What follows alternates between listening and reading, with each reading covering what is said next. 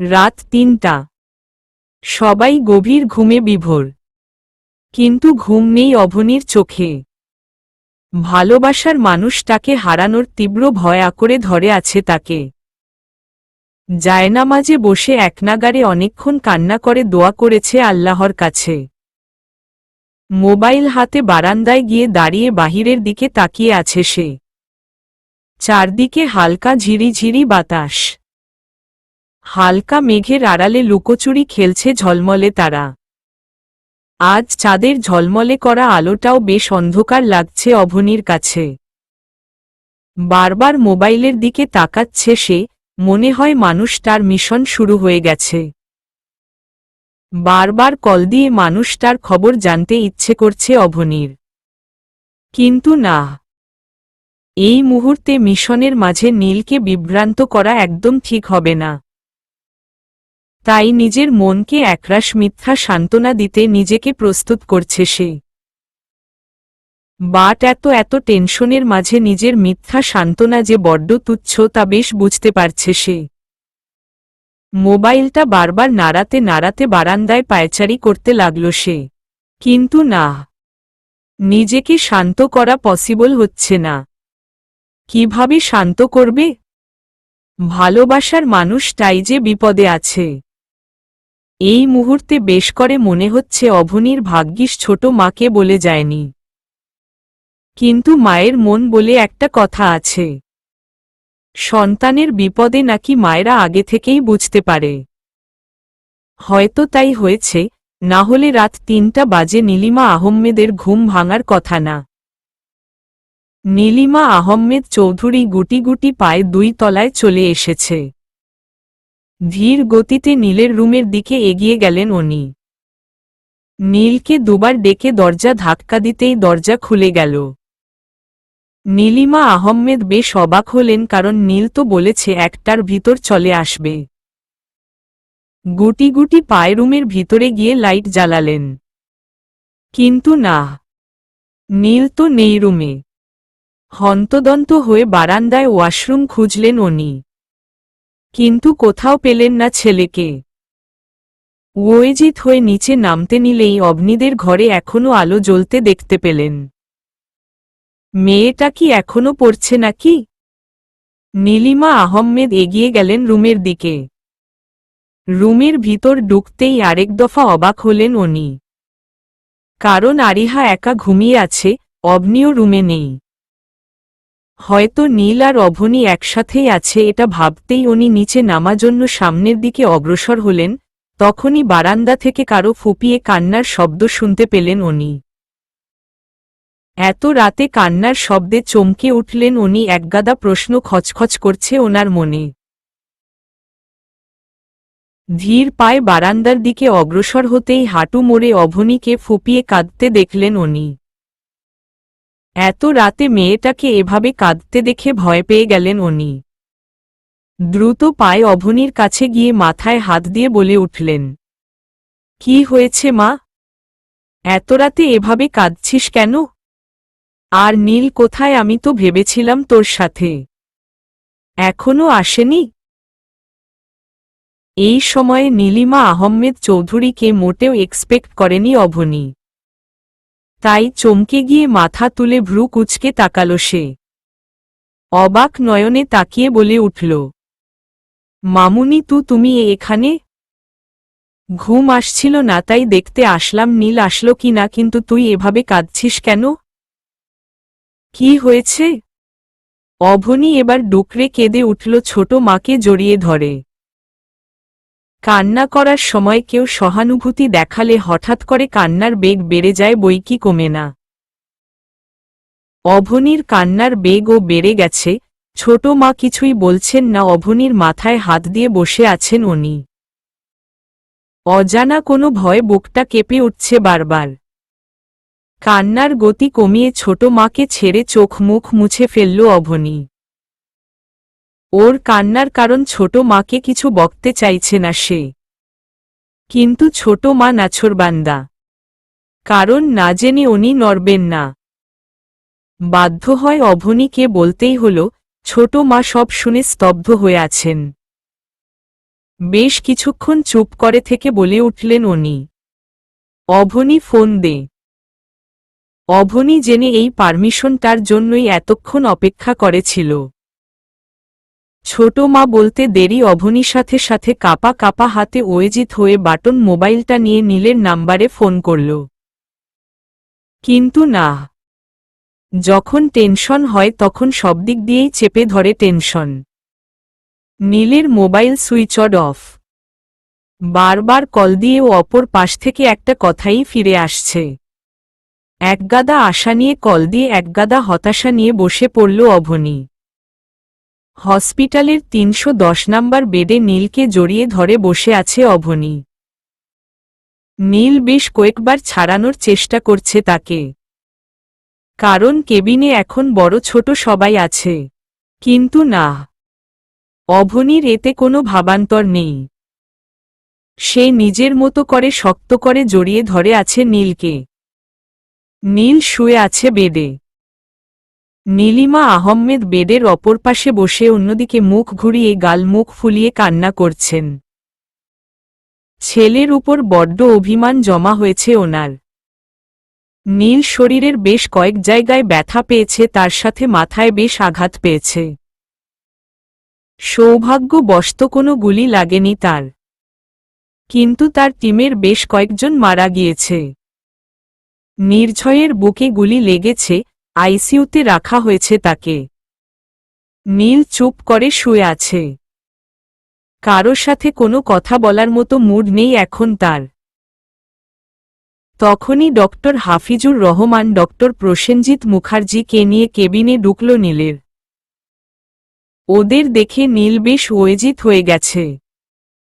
হাফিজ আঙ্কেলকে কাছে ডেকে বারবার জিজ্ঞাসা করতে লাগল, আঙ্কেল নীর কেমন আছে? আঙ্কেল ওর বুকে গুলি লেগেছে। ওর গুলি বের করা হইছে তো? কি হলো আঙ্কেল বলছেন না কেন? কেমন আছে আমার নীর? হাফিজ আঙ্কেল কোনো কথা বলছেন। চোখ জোড়ায় নোনাজলে টইটুম্বুর হয়ে আছে। নীলকে এভাবে ওয়েজিত হতে দেখে ডক্টর প্রসেনজিৎ বলে উঠলেন, আপনি এভাবে উত্তেজিত হবেন না। আপনার মাথায় ব্যথা পেয়েছেন, ওয়েজিত হলে সমস্যা হবে। আপনার সাথের বেশ কয়জনের ইনজুরি হয়েছে, তবে সবাই মোটামুটি ভালো আছে, আর আপনারা যাদের উদ্ধার করে এনেছেন ওনারাও ভালো আছেন, তবে নির্ঝয়ের বুকের ডান পাশে গুলি লেগেছে। ইমিডিয়েটলি অপারেশন করতে হবে। আর অপারেশনের ব্যবস্থা করা হচ্ছে। কিন্তু ওর অপারেশনটা বেশ ক্রিটিক্যাল। অপারেশনের মধ্যে কিছু না হয়ে অপারেশন সাকসেসফুল হলে আশা করা যায় ভালো হয়ে যাবেন।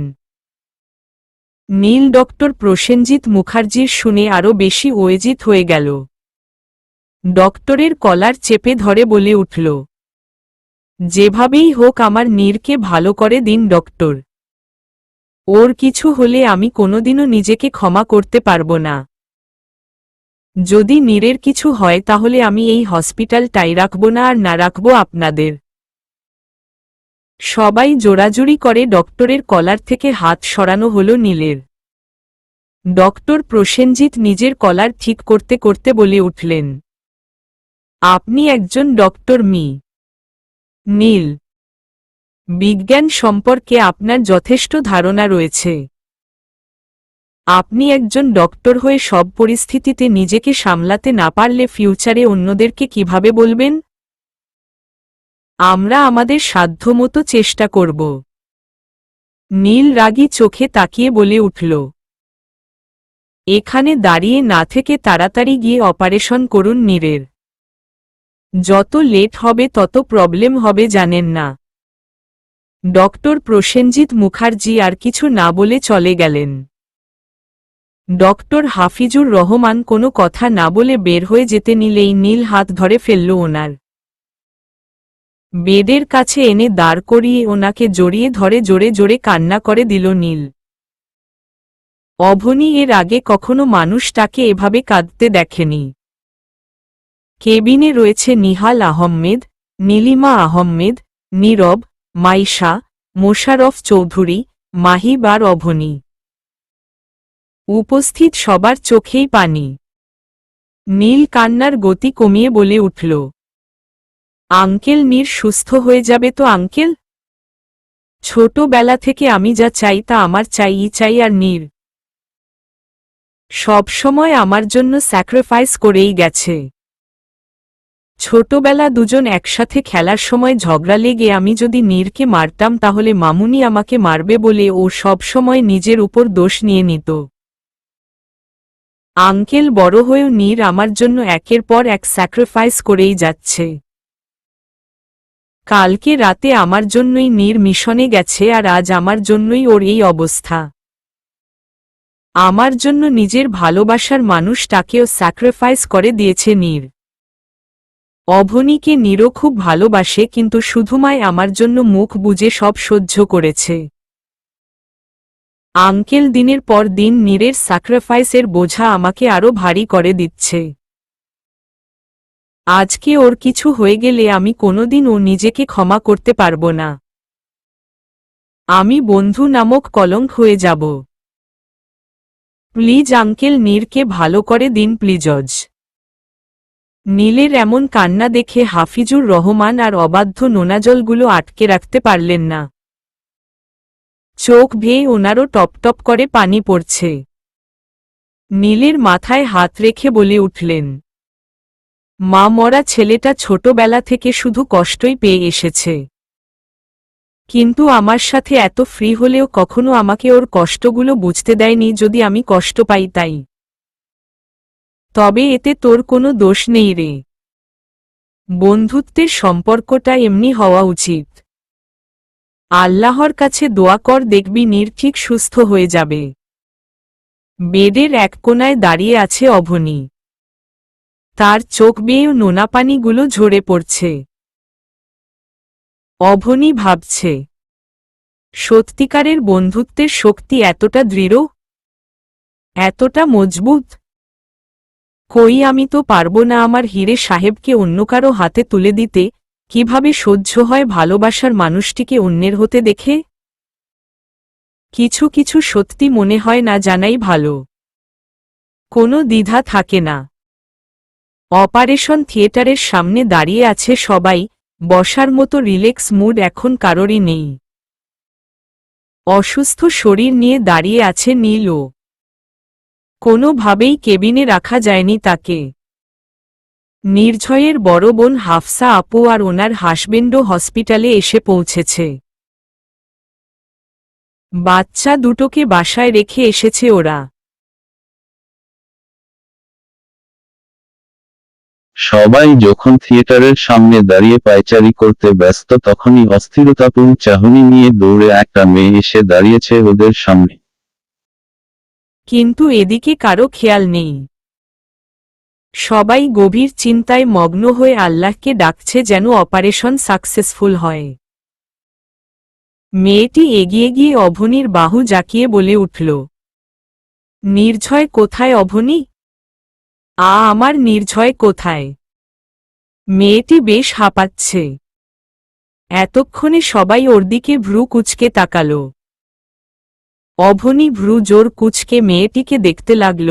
আকাশী রঙের শাড়ির আঁচল এলোমেলো হয়ে পিঠ অবধি ছাড়া চুলগুলো বোস উস্কো খুস্কো হয়ে আছে।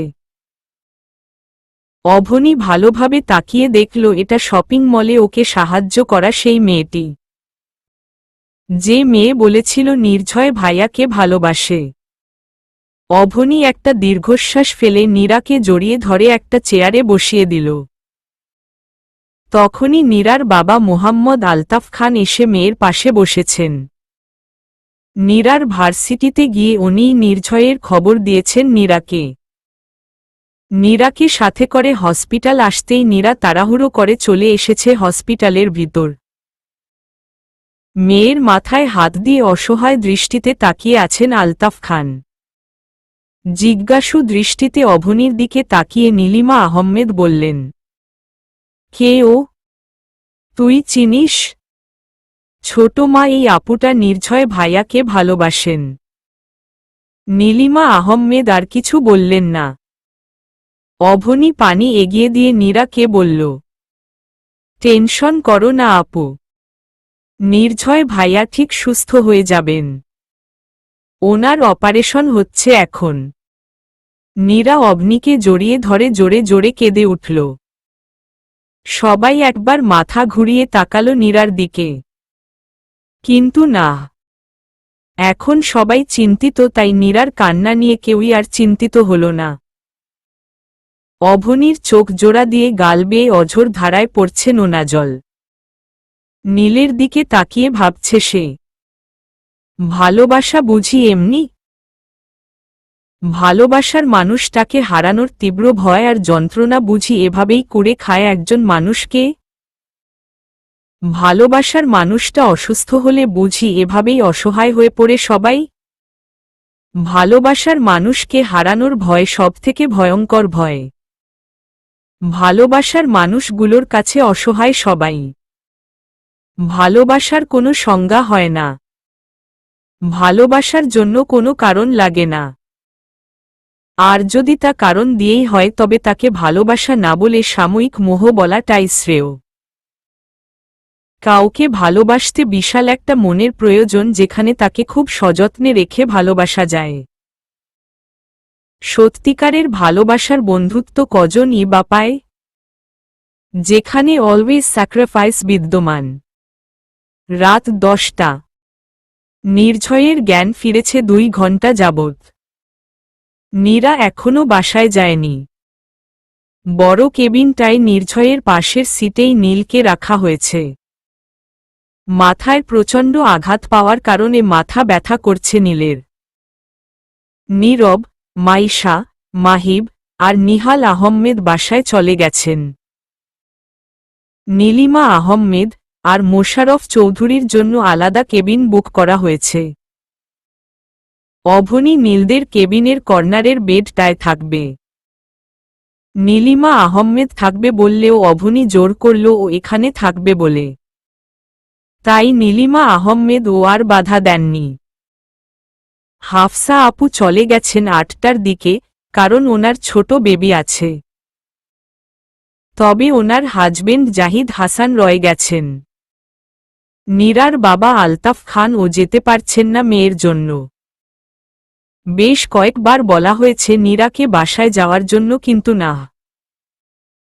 ওর এক কথা, নির্ঝয় যতদিন হসপিটাল থাকবে ও নিজেও ততদিন হসপিটালে থাকবে। বারবার মেয়ের মুখে এক কথা শুনে বেশ বিরক্ত বোধ করছেন আলতাফ খান। নীলের কেবিনের এক কোণে বসে নীলের মাথায় হাত বুলিয়ে দিচ্ছেন নীলিমা আহমেদ। সারাদিন কেউই ঠিক মতো খায়নি। সবার মুখগুলো চুপসে আছে। দুহাত ভর্তি খাবারের প্যাকেট নিয়ে কেবিনে ঢুকলেন হাফিজুর রহমান। খাবারগুলো নীলিমা আহমেদ চৌধুরীর হাতে দিয়ে বলে উঠলেন, আমার ছেলে মেয়েরা সারাদিন খায়নি ভাবি। ওদের খেতে দিন আর আপনিও সবাইকে নিয়ে খেয়ে উঠুন। আর ওরা দুজনই এখন আউট অফ ডেঞ্জারাস, তাই টেনশন করবেন না কেউ। নীলিমা আহমেদ খাবারগুলো হাতে নিয়ে শান্তির একটা নিঃশ্বাস নিলেন। হাফিজুর রহমান ধীর পায়ে এগিয়ে গেলেন পাশের বেডে বসে থাকা আলতাফ খান আর নীরার দিকে।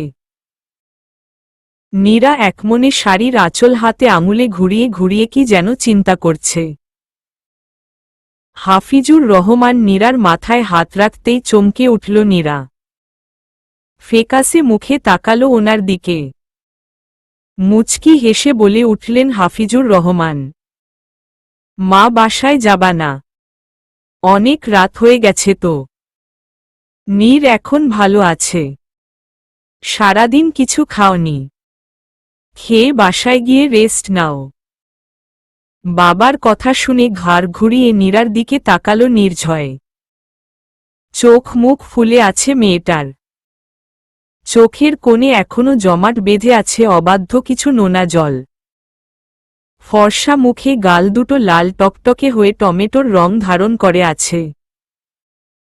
মেয়েদের কাঁদলে মনে হয় একটু বেশিই সুন্দর লাগে। অসহায় চোখে নির্ঝয়ের দিকে একবার তাকিয়ে বলে উঠল নীরা, আঙ্কেল আমি এখানেই থাকব। আব্বুকে বলুন না প্লিজ বাসায় চলে যেতে। আবারও হালকা মুচকি হাসি দিয়ে বলে উঠলেন হাফিজুর রহমান। এমনটা হয় না মা। উনি অবিবাহিত একজন মেয়েকে অপরিচিতদের কাছে এভাবে রেখে যেতে পারেন না।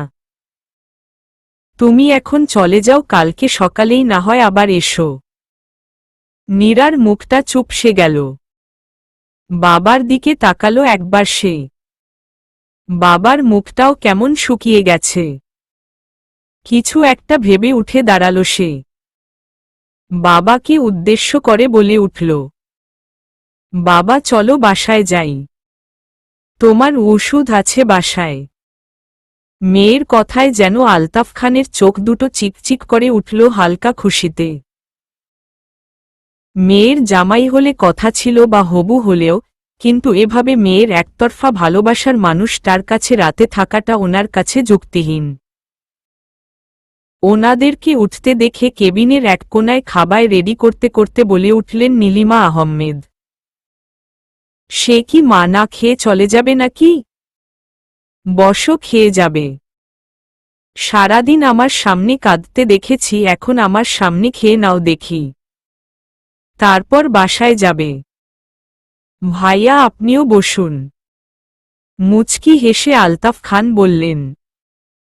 নারে বোন, মেয়েটা রাজি হয়েছে, কখন কি মতো হয়ে যায় বোঝা দেয়। তাই মতো পাল্টানোর আগে বাসায় যাই। নীলিমা আহমেদ একটা ছোট টেবিলে খাবার সাজিয়ে আরেকটা প্লেটে খাবার নিয়ে এগিয়ে আসতে আসতে বললেন, ভাইয়ারা আপনারা খেয়ে নিন, আমি আমার ছেলে মেয়েদের খাইয়ে দিচ্ছি। নির্ঝয়ের বেডের একপাশে বসে পড়ল নীরা। নীরা যে এখন নীলিমা আহমেদের হাতে খেতে চাচ্ছেন তা বুঝতে পারলেন আলতাফ খান।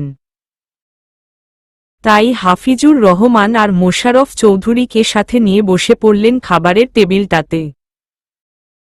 নীল উঠে বসেছে। তার বেডের এক কোনায় আকাশী রঙের জামা আর সাদা সেলোয়ার পরে বসে আছে অবনীয়। ঢাকা শহরে বাহিরে সে শাড়ি ছাড়া বের হয় না বললেই চলে।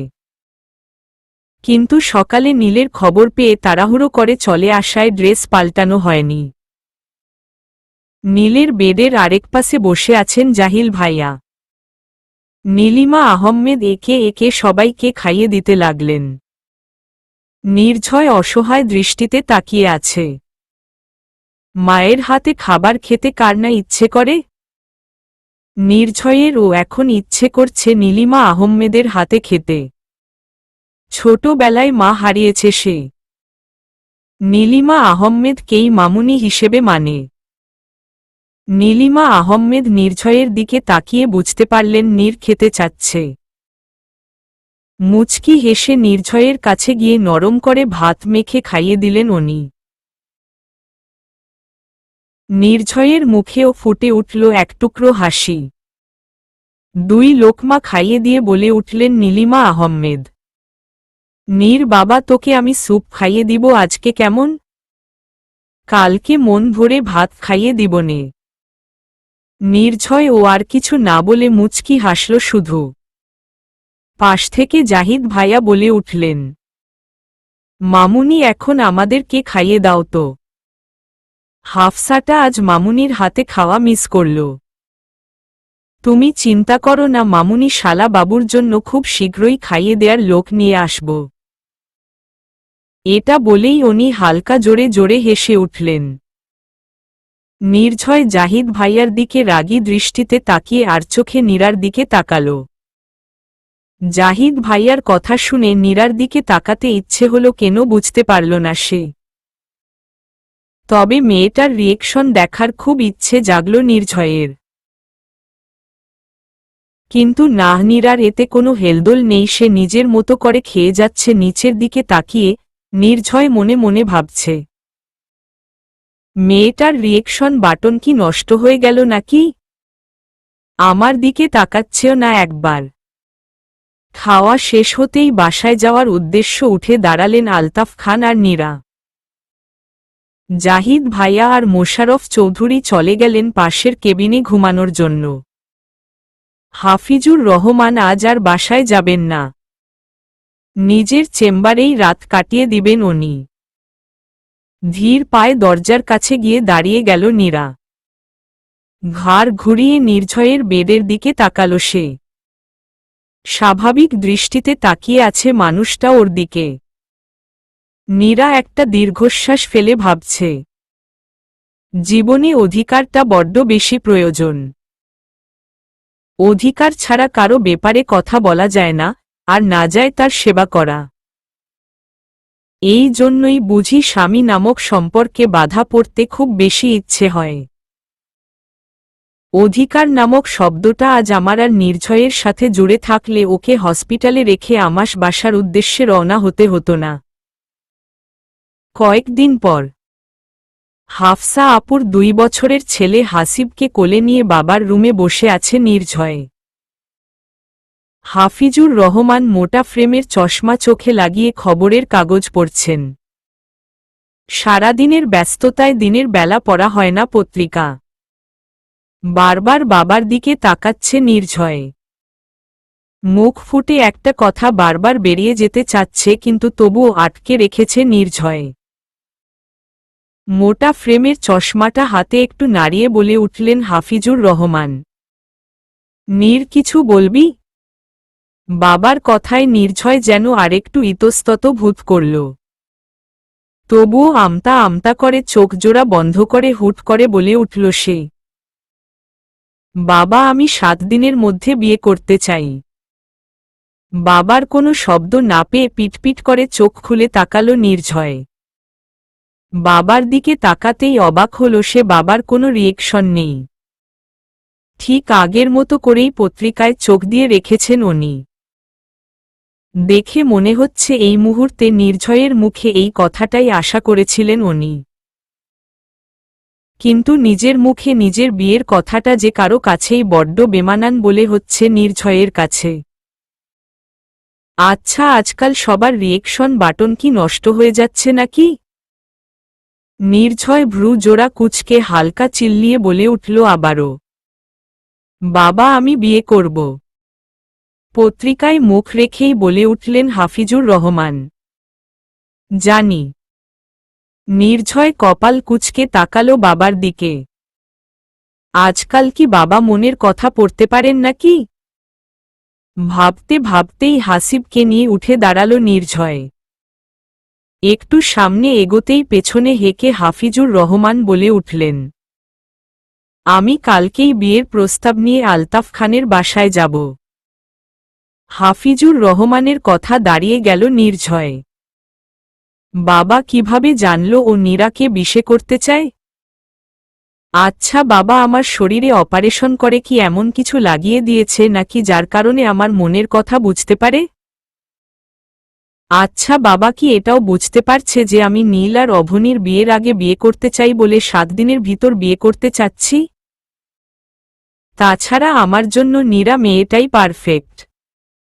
আস্তে আস্তে করে ও আমার অভ্যেস হয়ে গেছে। বাবা কি তাহলে সত্যি সত্যিই সার্জারি রেখে সাইকিয়াট্রিস্ট হয়ে চলছেন নাকি? রাতের খাবার খেয়ে নিজের রুমের দিকে এগিয়ে যাচ্ছিল অভনি। নীলের রুম ক্রস করতে রুমে কাছে যেতেই নীলের কারো সাথে কথা বলার কণ্ঠ ভেসে আসছে। প্রথমে পাত্তা না দিয়ে 2 পা এগুতেই থমকে দাঁড়ালো অভনি। বারান্দায় নীলের সাথে দাঁড়িয়ে আছে নিতু। নিতু নীলের হাত ধরে আছে, তবে নীলের মুখে বিরক্তি স্পষ্ট। হাত জোড়া নিতুর মুঠোয় রেখেই বলে উঠল নীল, নিতু, ভালোবাসা বলে কয় আসে না। ভালোবাসাটা হুট করে হয়ে যায়। ঠিক তেমনি তোমারটা আর আমার ভালোবাসাটাও হয়ে গেছে। এতে কারো দোষ নেই। তাছাড়া ভালোবাসা বলে ভালোবাসাতে হয় না। বা চিল্লিয়ে ভালোবাসি বললেই সেটা সত্যিকারের ভালোবাসা হয়ে যায়, এই উক্তিতে আমি বিশ্বাসী নই। সত্যিকারের ভালোবাসা হলে সেটা উপলব্ধি করা যায়। জোর করে কিছুই হয় না। এতটুকু শুনেই পিছন ফিরে ধীর পায়ে নিজের রুমের দিকে এগিয়ে গেল অভনি। চোখ জোড়াতে তার জলে টইটম্বুর। গল্প বা উপন্যাসের বিখ্যাত বিশ্বাসঘাতক মনে হচ্ছে এখন নীলকে অভনির কাছে। রুমে গিয়ে একে একে সবকিছু ভেঙে ফেলতে ইচ্ছে করছে তার। চিল্লিয়ে বলতে ইচ্ছে করছে, কেন করলেন আপনি এমন? কেন আমার ফিলিংস নিয়ে খেলা করলেন? কিন্তু না, চাইলেই এমনটা করতে পারবে না সে এখন। ধীর পায়ে বারান্দার দিকে এগিয়ে গেল সে। বারান্দার গ্রিলে রাখা হাতটা কেঁপে উঠছে বারবার। কান্নাগুলো ভিড় জমিয়েছে বুকে। ইচ্ছে করছে চিৎকার করে কান্না করে কেঁদে কেটে বন্যা বানিয়ে ফেলতে। আর সেই বন্যায় ভেসে যাক নীল। চিৎকার করে বলতে ইচ্ছে করছে অভনির, কেন করেন তাহলে আমার জন্য এত কিছু? হুয়াই বাট না, এভাবে চলতে পারে না। I have to be strong but this feelings. চোখ দিয়ে টপ টপ করে পানি পড়লেও চিৎকার করে কাঁদতে পারছে না অভনি। জমাট হয়ে থাকা চিৎকারগুলো দীর্ঘশ্বাস হয়ে বের হচ্ছে তার। অভনির মনে হচ্ছে ভালোবাসাটা কি তবে ভুল? সময় কারো জন্য অপেক্ষা না করলেও সময়ের স্রোতে মানুষ ভেসে গিয়ে প্রিয় মানুষগুলোর প্রতি অনুভূতি, আবেগ, ভালোবাসাগুলো সর্বদা মানুষের হৃদয়েই থেকে যায় অনাদিকাল পর্যন্ত। ভালোবাসা, সে তো ভালোবাসাই। ঘড়ির কাঁটা ছুটে চলছে নিঃসংকোচে নিজের আপন গতিতে। চারদিকে বিষাক্ত নীরবতার সাথে রাতের অন্ধকারটাও গাঢ় থেকে গাঢ়তর হয়ে চলছে প্রতিনিয়ত। ছাদের কার্নিশ ঘেঁষে নির্জীব দোলনায় গা এলিয়ে দিয়ে বসে আছে নীল। দিন পাঁচেক ধরে বেশ সূক্ষ্মভাবে এড়িয়ে চলছে অভনি তাকে। জগতের সবচেয়ে কষ্টের পাল্লায় প্রিয় মানুষের অবহেলার কষ্ট বেশ ভারী। মনের গভীর থেকে গভীরতম দীর্ঘশ্বাস বেরিয়ে আসছে বারবার তার। দীর্ঘশ্বাস ফেলে উঠে দাঁড়াল নীল। ধীর পায়ে হেঁটে এগিয়ে গেল ছাদের এক কোণে। ল্যাম্পপোস্টের হলদে আলোয় জমাট বেঁধে আছে একছাক কুয়াশা। দুহাত প্রশস্ত করে দিয়ে উপরের দিকে তাকিয়ে দাঁড়িয়ে আছে নীল। অভিমানের বোঝাগুলো চিৎকার করে বের করে দিতে ইচ্ছে করছে তার। কিন্তু না, ছেলেদের কান্না করতে নেই। কষ্টের বোঝা পাহাড় হয়ে গলে পড়তে চাইলেও ছেলেদের কান্না করা মানা। মনের গহীনের দলা পেকে যাওয়া কষ্টগুলো গলা পর্যন্তই আটকে থাকা উচিত তাদের। হয়তো কোনো এক কোণে চিৎকার করে কান্না করে নিজের কষ্টগুলোকেই হালকা করতে ব্যস্ত অভনি। রাত মানেই কেউ কফির মগ হাতে বারান্দায় বসে চন্দ্র বিলাসে, কেউ বা প্রিয় গানে বিভোর হয়ে খাটের এক কোণে। কেউ হয়তো পরিবারের চিন্তায় হতাশ। কেউ বা কাছের মানুষের কাছেই প্রতারণা বা অবহেলার শিকার। কেউ আবার খুব করে চাইছে সবটা ঠিক করতে, আবার কেউ চাইছে যে কোনো বাহানায় পিছু ছাড়তে। কেউ দুমড়ে মুচড়ে যাচ্ছে প্রিয় মানুষের ফেলে যাওয়া স্মৃতি হাতড়াতে, কেউ বা আবার প্রিয় মানুষকে নিজের করে পাবার আনন্দে ব্যস্ত উল্লাসে মেতে উঠতে। জীবন শব্দটা বড্ড ভারী আর অদ্ভুত। কেউ বা রং খেলায় নিজেকে রঙে মাতিয়ে তুলতে ব্যস্ত, কেউ বা আবার নিজেকে ঘুটিয়ে নিয়ে রুমের এক কোণে সুখটাকে পুঞ্জীভূত করতে ব্যস্ত। কাল নির্ঝয়ের গায়ে হলুদ। বারান্দার এক কোণে স্থির থাকা রকিং চেয়ারে এক কাপ কফি হাতে বসে আছে নির্ঝয়। তার ইচ্ছায় বেশ সাদামাটা ভাবেই বিয়ের আয়োজন করা হয়েছে। বিয়ে নামক উল্লাসে নিজেকে মাতিয়ে রাখতে ইচ্ছে না করলেও মনের কোনো এক কোণে ফুটে উঠেছে একগুচ্ছ ভালো লাগা, যার কারণ এখনও অজানা নির্ঝয়ের কাছে। সম্পর্ক নামক শব্দে বেশ দ্বিধাদ্বন্দ্বে পড়ে গেছে আজ সে। আর মাত্র একদিন। ভালোবাসার মানুষ তার সুতো সারা জীবনের জন্য কেটে দিয়ে অন্য আরেকটা মানুষের সুতোয় জুড়ে যেতে হবে তাকে। বিয়ে নামক দায়িত্বের বন্ধনে আটকে পড়তে হবে দুজন মানুষকে। নীরা এখনও ঘোরের মাঝে আছে। খান বাড়ির মেয়ে হবার পরেও নির্ঝয়ের কথা মতো বেশ সাদামাটা ভাবেই বিয়ের আয়োজন করেছেন আলতাফ খান। একমাত্র মেয়ে নীরারও তাতে কোনো দ্বিমত নেই। ভালোবাসার মানুষকে নিজের করে পাওয়ার আনন্দে নিজেকে উল্লাসে হেলিয়ে দিতেই ভুলে গেছে নীরা। মাত্র 4 দিন আগেই বিয়ের দিনক্ষণ ঠিক করা হয়েছে তাদের। ঘরোয়াভাবে বিয়ের আয়োজন করা হলেও খান বাড়ি হবার সুবাদে ছোটখাটো ব্যাপারেই বেশ উপচে পড়া ভিড় হয়ে যায় বাড়িতে। নীরার মামা মামি, চাচা চাচি, ফুপু, খালামণির সাথে ছোট বড় আপুদের হাজারো আনাগোনার মাঝে বাচ্চাদের হাসি কান্না মিশ্রিত পরিবেশটা বেশ উপভোগ করছে অভনী। যখন ভালো লাগা কাজ করে তখন সবকিছুই অদ্ভুত ভালো লাগে। হয়তো সকল উপভোগ করার মাঝে একটা কথাই বারবার বেজে ওঠে সাইরেনের শব্দের মতো, সে আমার। আর মাত্র একদিন। সকল বাধা বিপত্তিকে উপেক্ষা করে আমার ভালোবাসার মানুষটা শুধুই আমার। আচ্ছা, জগতে এর থেকে সুখের কোনে অনুভূতি ও কি আছে? হয়তো আছে, যা অনুভব করার জন্য সবসময় ভালোবাসায় মানুষটাকেই কাছে পাব। আজ নির্ঝয়ের বিয়ে। চাপা মিষ্টি কালারের শাড়ির কুচি ধরে ধীর পায়ে এগিয়ে যাচ্ছে অভনী। মা, নানু, ছোট মা, ছোট আব্বু আর আরিহার সাথে। বন্ধুর বিয়ে বলে কথা। নীল সকালেই চলে এসেছে নির্ঝদের বাসায়। বিয়ে নামক জঞ্জালে চারদিকে উল্লাসিত ভরপুর পরিবারেও বেশ কয়েকজনের মুখে ঝুলে আছে কৃত্রিম হাসি। নিচের দিকে তাকিয়ে হাঁটতেই কারো হেঁচকা টান অনুভব করে চোখজোড়া বন্ধ করে নিল অভনী।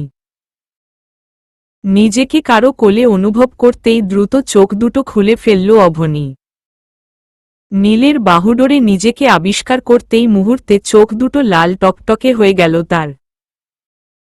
বিয়ে বাড়িতে বেশ কয়েকজন কেমন ডেবডেব করে তাকিয়ে আছে ওদের দিকে, কিন্তু এতে নীলের কোনো ভাবান্তর নেই। একরাশ অভিমান বুকে পুড়ে নিয়ে নিজেকে ছাড়াবার বৃথা চেষ্টা করতে লাগল সে। কিন্তু এমন বিশাল দেহ গঠনের মানুষটার সাথে কি আর পারা সম্ভব? অবনীকে গাড়িতে বসিয়ে সিট বেল্ট লাগিয়ে দরজা লাগিয়ে দিল নীল। কিন্তু এই লোকটার সাথে কোথাও যাবার কোনো ইচ্ছা নেই অভনীর, তাই বা হাত এগিয়ে সিট বেল্ট খুলতে চাচ্ছে সে। নীল গাড়ির ভিতর এসেই অভনীকে জোরে এক ধমক দিল। নীলের ধমকের শব্দে হাত পা নড়াচড়া বন্ধ করে দিল অভনীর। কিন্তু চোখ তার বাধা মানতে নারাজ। সে তার নিজ গতিতে নিজের স্রোতে বয়ে যাচ্ছে। গাড়ি নিজ গতিতে এগিয়ে গিয়ে ফুচকার দোকানের সামনে থামল। চোখ দুটোতে এখনো রাগে ভরপুর হয়ে আছে। চোয়াল জোড়া শক্ত করে রেখে অভনীর হাত ধরে গাড়ি থেকে বের করল তাকে। অভনী ভ্রু কুঁচকে নীলের দিকে তাকাল। লোকটার মতিগতি কিছুই বুঝতে পারছে না সে। রাস্তায় দাঁড়িয়ে কোনো কিছু খাওয়া মোটেই পছন্দ করে না নীল, কিন্তু আজ নিজের ইচ্ছাতেই নিয়ে আসাতে বিষয়টা বেশ ভাবাচ্ছে অভনীকে। অভনী ভাবছে, আচ্ছা, এটা আমাকে কষ্ট দেবার নতুন কোনো ফন্দি নয় তো? নীল অভনীর হাত ধরে ফুচকার দোকানে এগিয়ে গেলেন। নরম সুরে ফুচকাওয়ালা মামার সাথে কৌশল বিনিময় করে ফুচকা দিতে বলে আবারও অভনীর হাত ধরল নীল। অভনীর ইচ্ছে করছে হাত পা ছড়িয়ে ভ্যা ভ্যা করে কান্না করতে। কি পেয়েছে তা কি?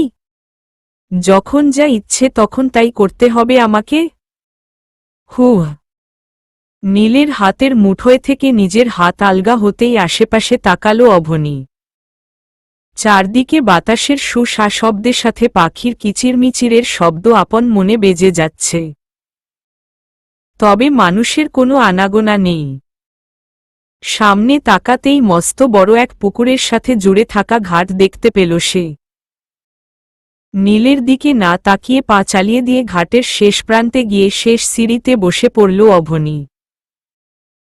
পুকুরের হালকা শেওলা যুক্ত টলমল করা পানির দিকে তাকিয়ে নিজের চোখে টলমল করা নোনা জলগুলোর সাথে যুদ্ধে মত্ত হয়ে গেল সে। পা জোড়া সবুজে আবৃত পানিতে ডুবিয়ে দিয়ে ভাবছে সে, আচ্ছা, আমার কোনো ভুল হচ্ছে নাতে? মানুষটা কি সত্যিই আমায় ভালোবাসে না? নীল শান্ত দৃষ্টিতে আছে পানিগুলোর দিকে। এতক্ষণ রাগে পুরো শরীর রিরি করলেও বর্তমানে একগাদা কষ্ট আর অভিমান এসে ভর করেছে তার মধ্যে। শান্ত দৃষ্টিতেই পুকুরের অপর প্রান্তে নারকেলের চিরল পাতায় বসে থাকা হলুদ পাখিটার দিকে তাকিয়ে বলে উঠল নীল, পরি বউ, আমাকে এভাবে এড়িয়ে চলছ কেন? কেন করছো এমন অবহেলা? অভনির চোখে মুখে এবার একবস্তা রাগ এসে ভিড় জমাল। রাগে বা হাতের মুঠো বেশ শক্ত করে চেপে ধরে আছে সে। কিন্তু না, মুখ দিয়ে কোনো কথাই বের হচ্ছে না তার। উপচে পড়া অভিমানের সাথে একতালে পাজোড়া নিজ গতিতে নেচে চলছে অভনির। নীল ঘাড় ঘুরিয়ে অভনির দিকে তাকাল। পেন্ট ভিজিয়ে পা ডুবিয়ে অভনির এক হাত দূরত্বে বসে পড়ল সে। অভনির দিকে তাকিয়ে তার বাহু জোড়া নিজ হাতের মুঠোয় নিয়ে বলে উঠল নীল, কি হল? কথা বলছ না কেন? অন্য সবার সাথে তো ঠিকই হেসে খেলে কথা বলো, তাহলে আমার সাথেই এমন কেন? হুয়াই? নীরা ভাবির মামাতো ভাইটা কেমন ডেবডেব করে তাকিয়েছিল দেখেছ তুমি?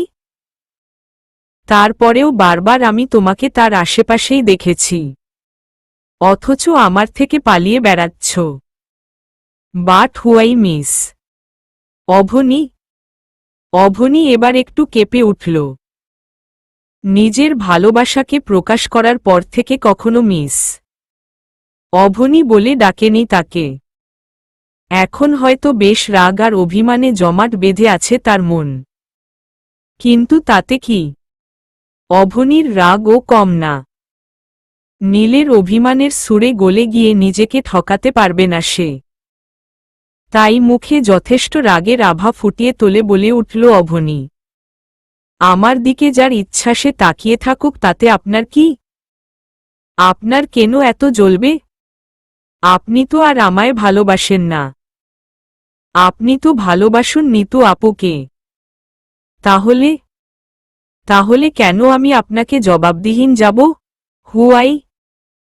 নীলের চোখে মুখে প্রশ্নবোধক চিহ্ন ঝুলে আছে।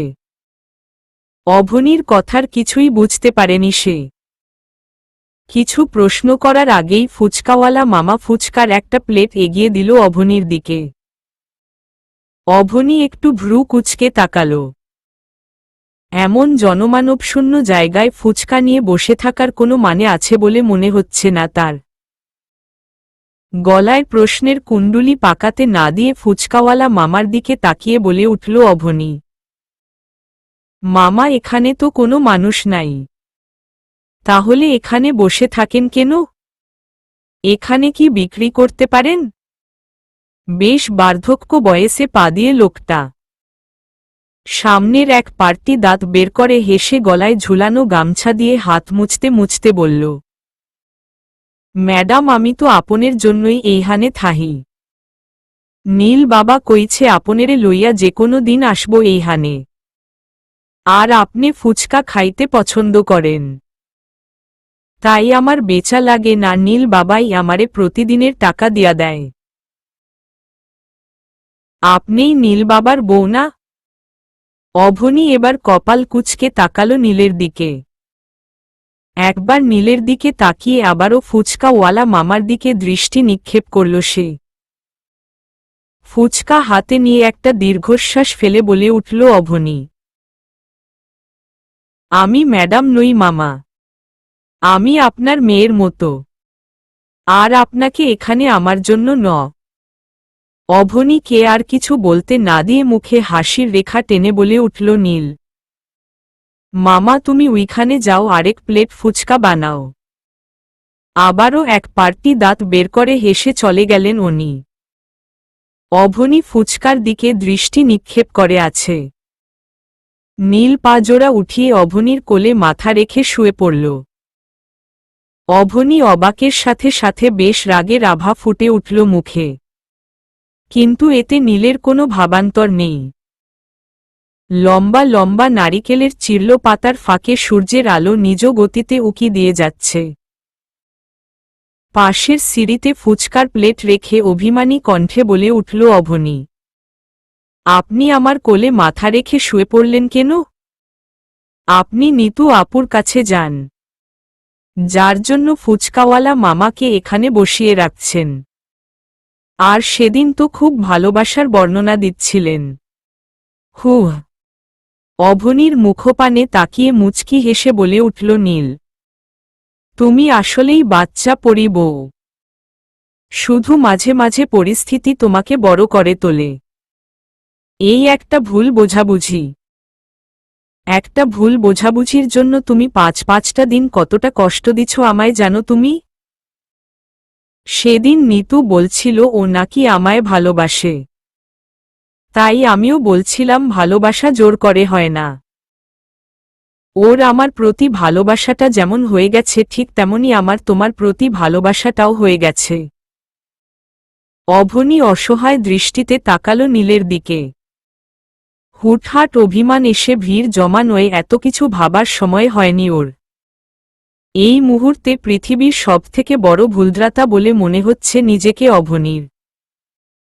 কোলে মাথা রেখেই চোখজোড়া বন্ধ করে দিয়ে বলে উঠল নীল, এখন আর ভুল বুঝলে কিছু হবে না। আমাকে যে এতদিন কষ্ট দিছ তা আমি ঠিক পুষিয়ে নিব। তবে সেটা বিয়ের পর, আর খুব শীঘ্রই। এক বস্তা রাগ অভিমান অনুতাপের ছায়া বিলীন হয়ে একরাশ লজ্জা এসে ভর করছে অভনীর মাঝে। বাসর ঘরের সামনে দাঁড়িয়ে পায়চারি করছে নির্ঝয়। বেশ অনেকক্ষণ আগেই নীল আর জাহিদ ভাইয়া এসে দাঁড় করিয়ে দিয়ে গেছে ওকে। কিন্তু ভিতরে যেতে এক বালতি সংকোচভূত এসে জমা হচ্ছে তার মধ্যে। নিজের সাথে নিজে পালাক্রমে যুদ্ধ শেষ করে ধীর পায়ে রুমের দিকে এগিয়ে গেল নির্ঝয়। রুমের মধ্যখানে অবস্থিত বড় খাটে বউ সেজে অপেক্ষার প্রহর গুনছে নীরা। ধীর পায়ে নীরার খাটের কাছে এগিয়ে গিয়েই আমতা আমতা করতে করতে বলে উঠল নির্ঝয়, দেখো তুমি তো সব কিছুই জানো।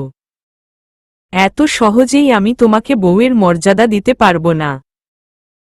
তবে আমি চেষ্টা করব খুব দ্রুত যেন নিজেকে পবিত্র বন্ধনে আবদ্ধ করে নিতে পারি। আমি দুঃখিত। খাটের এক কোণো থেকে একটা বালিশ আর কাঁথা নিয়ে সোফার দিকে এগিয়ে গেল নির্ঝয়। নববধূ বেশে চোখের মোটা কাজল লেপটে নীরার চোখের নোনাপানিগুলো ঘোমটার আড়ালেই সীমাবদ্ধ করে দিল নীরা। চোখের জলের মায় মানুষটাকে পেতে চায় না সে। যাই হোক না কেন, সবকিছুর পরও দিনশেষে মানুষটা তো তারই। শুধুই তার। পবিত্র সম্পর্কের শক্ত বাঁধনে খুব দ্রুত পুরোপুরি নিজের হয়ে যাবে নির্ঝয় তার। চলবে।